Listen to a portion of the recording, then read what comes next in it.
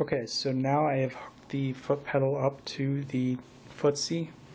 It's important that any switches or foot pedals that are hooked up to it have to be hooked up before hooking it up to the computer, because it'll do that initialization when it starts up to detect whether the device is active high or active low. And because this is a active low device,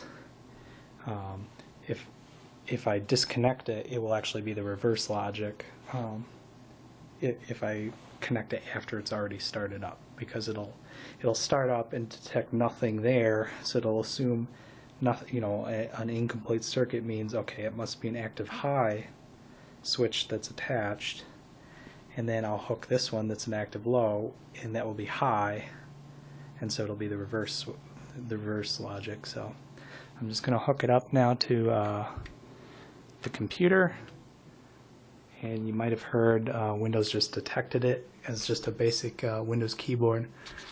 Right now my software is pretty rudimentary, so it's just hard-coded values, but I currently have the pedal for this button. Remember, I can have two different switches do two different things. This one just presses the numpad 0. So if you see there, every time I press the pedal, it does a 0. And it also, when you press it, it lights up the LED corresponding to the jack or the input that's been pressed.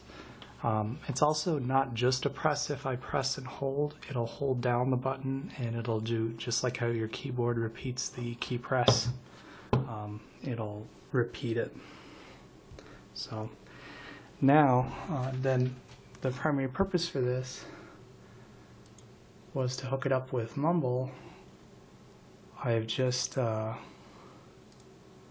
configured Mumble in the shortcuts here to use the numpad 0 for its push to talk key. And so now if I join a Mumble channel, when I press the pedal, it's my push to talk button. So mission accomplished.